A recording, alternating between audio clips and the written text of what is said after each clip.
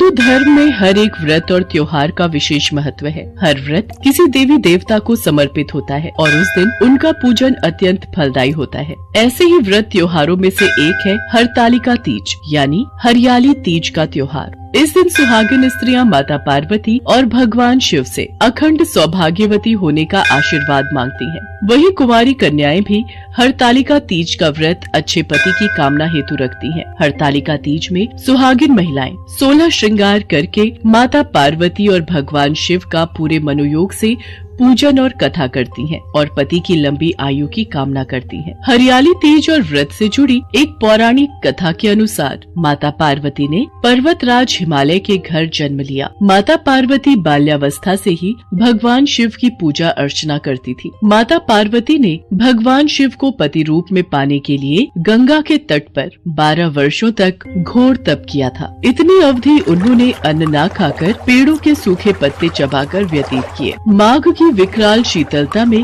निरंतर जल में प्रवेश करके तप किया। वैशाख की जला देने वाली गर्मी में पंचाग्नि से शरीर को तपाया। श्रावण की मूसलाधार वर्षा में खुले आसमान के नीचे बिना अन्न जल ग्रहण किए समय व्यतीत किया। उनके पिता इस कष्ट साध्य तपस्या को देखकर बड़े दुखी होते थे। एक दिन देवी पार्वती की तपस्या को देखकर नारद जी महाराज हिमालय के महल में पधारे।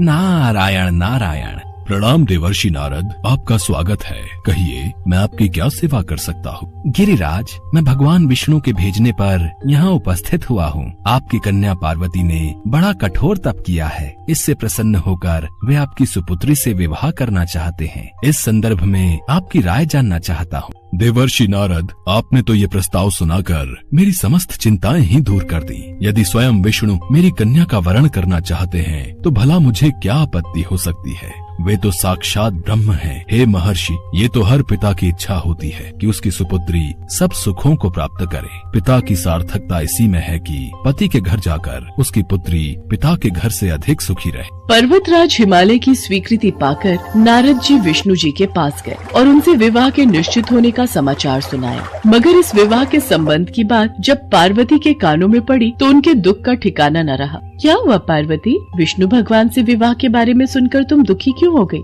सखी, मैंने सच्चे हृदय से भगवान भोलेनाथ का वरण किया है, किंतु मेरे पिता ने मेरा विवाह विष्णु जी से निश्चित कर दिया। मैं विचित्र धर्म संकट में हूँ। अब क्या करूँ? प्राण छोड़ देने के अतिरिक्त अब कोई भी उपाय शेष नहीं बचा है। नहीं पार्वती, ऐसी अशुभ बातें मुख से नहीं निकालते। संकट के समय हमें धैर्य से काम लेना चाहिए। नारी के जीवन की सार्थकता इसी में है कि पति रूप में हृदय से जिसे एक बार स्वीकार कर लिया, जीवन पर्यंत उसी से निर्वाह करे। सच्ची आस्था और एक निष्ठा के समक्ष तो ईश्वर को भी समर्पण करना पड़ता है। मैं तुम्हें घनघोर जंगल में ले चलती हूँ, जो साधना स्थली भी हो, और जहाँ तुम्हारे पिता तुम्हें खोज भी न पाए, वहीं तुम साधना में लीन हो जाना। मुझे विश्वास है कि ईश्वर अवश्य ही तुम्हारी सहायता करेंगे। अपनी सखी की बात सुनकर देवी पार्वती ने ऐसा ही किया। अपनी पुत्री को घर पर न पाकर पर्वतराज हिमालय बहुत चिंतित हो गए। मेरी पुत्री न जाने कहाँ चली गई है। मैं विष्णु जी से उसका विवाह करने का प्रण कर चुका हूँ। यदि भगवान विष्णु बारात लेकर आ गए और कन्या घर पर न हुई तो बड़ा अपमान होगा। मैं तो कहीं मुँह दिखाने के योग्य भी नहीं रहूंगा। मुझे पार्वती को खोजना ही होगा। पर्वतराज हिमालय ने पार्वती की खोज करनी शुरू कर दी। इधर पार्वती अपनी सखी के साथ नदी के तट पर एक गुफा में भगवान शिव की आराधना में लीन थी। भाद्रपद शुक्ल तृतीया को हस्त नक्षत्र था। उस दिन माता पार्वती ने रेत के शिवलिंग का निर्माण करके व्रत किया। रात भर वो भगवान शिव की स्तुति करती रही। ओम नमः शिवाय, ओम नमः शिवाय, ओम नमः शिवाय। देवी पार्वती की घोर तपस्या के प्रभाव से भगवान शिव का आसन डोलने लगा। उनकी समाधि टूट गई और वो देवी पार्वती के समक्ष प्रकट हुए। देवी पार्वती, मैं तुम्हारी तपस्या से प्रसन्न हूँ। तुम जो चाहो वर मांगो। प्रभु, मैं हृदय से आपको पति के रूप में वरण कर चुकी हूँ। यदि आप सचमुच मेरी तपस्या से प्रसन्न होकर यहाँ पधारे हैं तो मुझे अपनी अर्धांगिनी के रूप में स्वीकार कर लीजिए। देवी पार्वती, क्या तुम मेरे साथ खुश रह पाओगी? मैंने बचपन से ही आपको अपना पति मान लिया था। मैं जानती हूँ आपको पति रूप में पाकर, आपकी अर्धांगिनी बनकर मुझे सर्व सुखों की और सौभाग्य की प्राप्ति होगी। कृपया करके मुझे अपनी पत्नी के रूप में स्वीकार कर लीजिए प्रभु। देवी पार्वती के प्रेम और विश्वास की तपस्या की जीत होती है और भगवान शिव उन्हें मनोवांछित वर देकर अंतर्ध्यान हो जाते हैं। उसी समय अपने दरबारियों सहित गिरिराज हिमालय देवी पार्वती को खोजते खोजते वहाँ पहुँचते हैं। पुत्री, तुम्हारी ऐसी कठोर तपस्या का क्या कारण है? तुम्हारी ऐसी दशा को देखकर मुझे अत्यधिक दुख और पीड़ा हो रही है। चलो पुत्री, महल वापस चलो। मुझसे तुम्हारी ये दशा देखी नहीं जा रही। पिताश्री, मैंने अपने जीवन का अधिकांश समय कठोर तपस्या में बिताया है। मेरी इस तपस्या का उद्देश्य केवल यही था कि मैं महादेव को पति के रूप में पाना चाहती थी। आज मैं अपनी तपस्या की कसौटी पर खरी उतर चुकी हूँ। आप क्योंकि विष्णु जी से मेरा विवाह करने का निर्णय ले चुके थे, इसलिए मैं अपने आराध्य की खोज में घर छोड़कर चली आई। अब मैं आपके साथ इसी शर्त पर महल वापस जाऊंगी कि आप मेरा विवाह विष्णु जी से न करके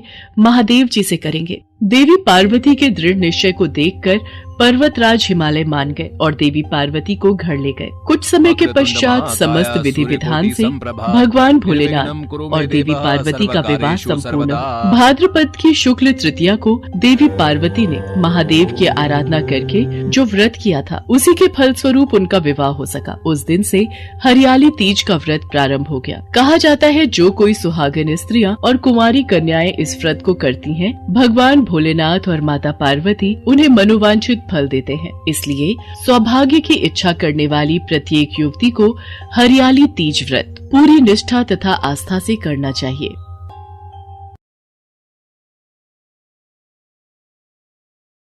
सुनंदा की शादी के बाद पहली हरियाली तीज थी। वो इस त्योहार को लेकर बहुत उत्सुक थी। माँ, कब तक पहुँचना होगा आपका? मैं खाना बनाकर रख लेती। सुनंदा, अकेली आऊंगी बस से। वो तुम्हारे पिताजी स्कूल गए हैं, उनको क्लास लेनी है। आज स्कूल में बच्चों के एग्जाम है, इसलिए वो नहीं आ पाएंगे। पर तुम तो एक दिन मेरे पास रुक जाना माँ। नहीं बेटा, यहाँ घर अकेला नहीं छोड़ सकती। तुम्हारे पापा पीछे से अकेले परेशान होंगे। मैं शाम की बस से ही वापस चली जाऊंगी। अरे सुनंदा, अगर माँ से चिपक चिपक कर फोन पर बातें खत्म हो गई हो तो कुछ घर के काम भी निपटा ले। घेवर का सामान आया हुआ है। घेवर क्या हरियाली तीज के बाद बनाएगी, जब त्योहार निपट जाएगा? माँ जी बस बनाने ही जा रही थी। वो माँ तीजों का सामान देने आ रही है तो वही पूछ रही थी। सुनंदा घेवर बनाने रसोई में चली जाती है। बेचारी अकेली ढेर सारे घेवर बनाती है। सुनंदा की सास को इसलिए ही सुनंदा से चिढ़ थी कि वो दहेज में ज्यादा बड़ी चीजें नहीं लाई थी, इसलिए भी वो सुनंदा के पीछे पड़ी रहती थी। सुनंदा की माँ तीजों का सामान लेकर आती है। माँ, कैसी हो तुम? यहाँ बैठो, मैं अभी माँ जी को बुलाती हूँ। माँ जी, माँ आई है, आप आ जाओ बाहर, ड्राइंग रूम में ही है वो। कोई कलेक्टर नहीं आई है जो अपनी नेल पॉलिश लगाना छोड़कर पहले तेरी माँ से मिलूं। आ जाऊंगी थोड़ी देर में बाहर। माँ, वो माँ जी थोड़ा जरूरी काम कर रही हैं। वो कल त्योहार है ना, तो उसकी भी तैयारी करनी है। सुनंदा और उसकी माँ बहुत देर तक उसकी सास का कमरे से बाहर आने का इंतजार करती रही। काफी देर बाद, सुनंदा, मुझे निकलना होगा, बस नहीं मिलेगी बेटा वापसी की। एक बार अपनी सासू माँ को बुला लेती, मैं ये सामान अपने हाथों से दे देती। रुको, मैं बुला कर लाती हूँ। माँ जी, माँ को देर हो रही है, वो अकेली आई हैं तो उन्हें वापसी भी जाना है। घर पहुंचने में रात हो जाएगी। रुक, आ रही हूँ। पता नहीं कितना दिमाग खराब कर रखा है इन भिखारियों ने। नमस्ते बहन जी, कैसी हैं आप? मैं ठीक हूँ। वैसे मुझे लगा पता नहीं आप लोगों ने कौन सी सोने की अशर्फियां देनी है मुझे, जो बार बार मेरे आने का इंतजार हो रहा है। बहन जी, ये कुछ मिठाई, फल, साड़ी और श्रृंगार का सामान लाई थी सुनंदा के लिए, पहली हरियाली तीज का। और ये आपके लिए शगुन का लिफाफा बहन जी। बस 1100 रुपए? वैसे भी आप गरीबों से यही उम्मीद की जा सकती है। पता नहीं हमारी किस्मत खराब थी जो संयम को ये गरीब लड़की से ही प्यार होना था। अरे कुछ तो आप लोग शर्म किया करो। शादी के बाद बेटी की पहली हरियाली तीज है, कोई सोने की एक छोटी अंगूठी ही दे देते। बिल्कुल ही भिखारी पल्ले पड़ गए हैं।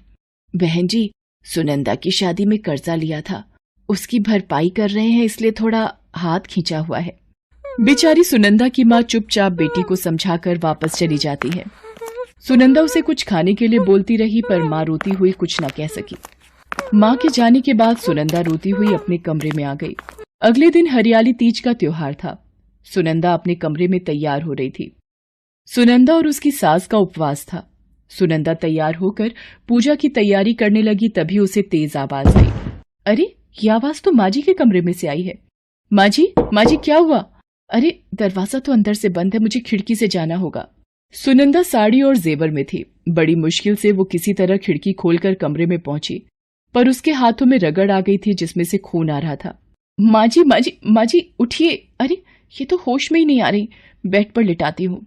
सुनंदा अपनी सास को पलंग पर लिटा देती है और कुछ पानी की बूंदें अपनी सास के मुंह पर छिड़कती है।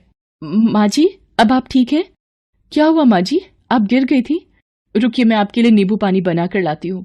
अरे, निर्जला उपवास है मेरा बहू। माँ जी, कुछ नहीं होता, पहले तबीयत जरूरी है।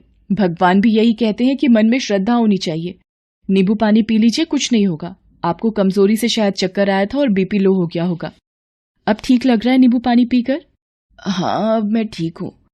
अरे, ये तुम्हारे हाथों पर खरोच कैसी? वो माँ जी, दरवाजा अंदर से बंद था तो खिड़की से अंदर आई, तभी शायद। सुनंदा बहू, मेरे लिए ये सब? मैंने कल तुम्हारी माँ का इतना अपमान किया, फिर भी बहू, मुझे तो शर्म से डूब मरना चाहिए।